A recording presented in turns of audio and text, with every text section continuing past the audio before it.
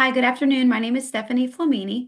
I was selected by Purdue University Global as one of their tea time presenters, specifically for Section G of the 6th edition BACB task list on behavior change procedures.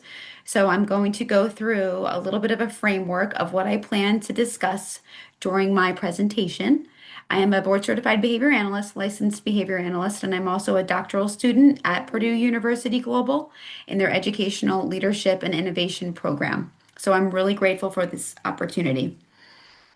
So in my presentation, I plan to talk about how when working with clients, one of the primary roles of behavior analysts is going to be helping parents or caregivers as well as professionals reduce a problem behavior and or teach or strengthen a desirable behavior or new skill.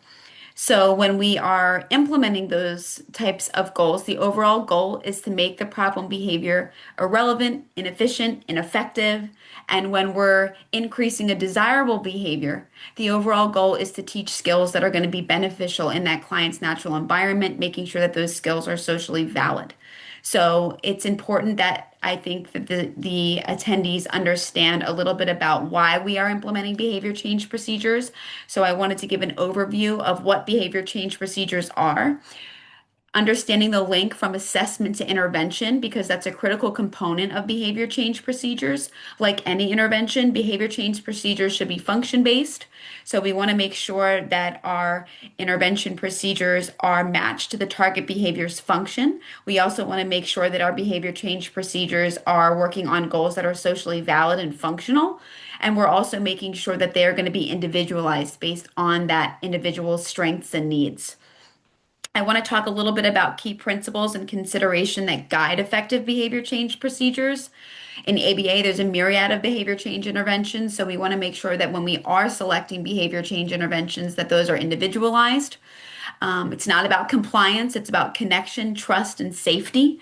Behavior is communication. So, as behavior analysts, one of our biggest critical roles is to look deeper and listen closer to what that behavior is communicating. What did those assessment results give us in terms of how we are guiding and selecting our behavior change procedures? Making sure that we are describing our behavior change procedures technologically so that they can be implemented with fidelity. Always evaluating the possible emotional and elicited effects of behavior change procedures.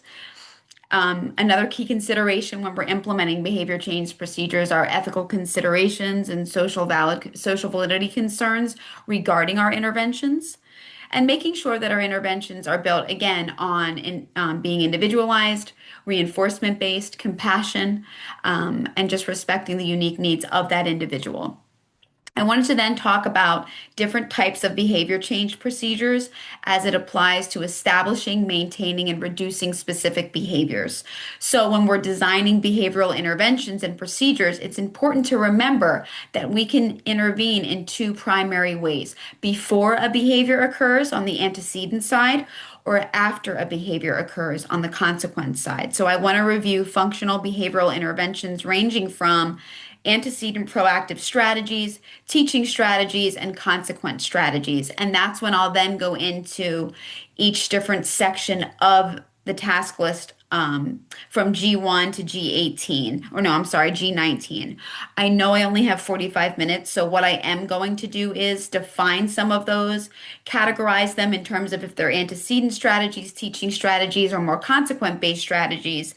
And I always like to put an example of what each one means and how it would be applied.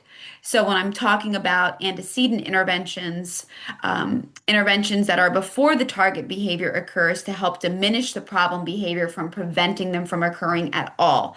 I'm going to talk about motivating operations, discriminative stimuli, and other types of antecedent variables that can be incorporated into the environment so that we have effective antecedent interventions. Some other types of antecedent interventions: non-contingent reinforcement, high probability request sequence, functional communication training.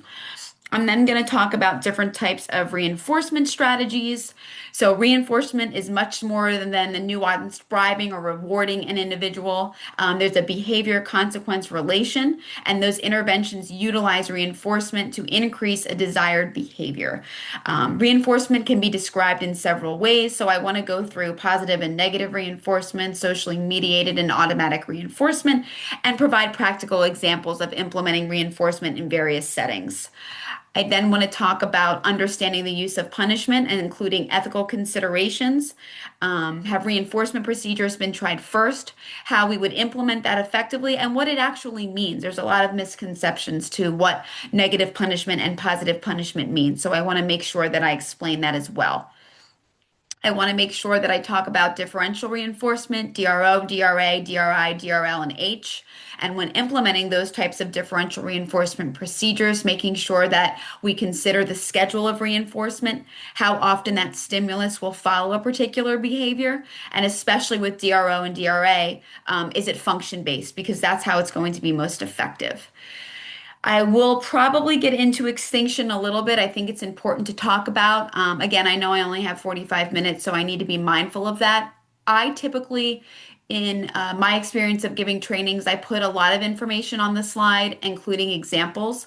I let the attendees know I may not have time to cover every line or bullet on each slide, but it's there for them as a reference. I always cover the key concepts. I always go over the example and the definition, but I put extra information in there for them as a reference. I'm then going to go into prompting, shaping, and chaining techniques and how we can utilize them to teach new or more complex behaviors. Forward and backward chaining models and shaping through successful approximations. Modeling and imitation training, so using modeling and imitation as a tool for teaching new behaviors, strategies to encourage imitation in learners, and encouraging and practicing reinforcement of that imitated behavior and how we can be providing that additional support through modeling and what that would look like in practice.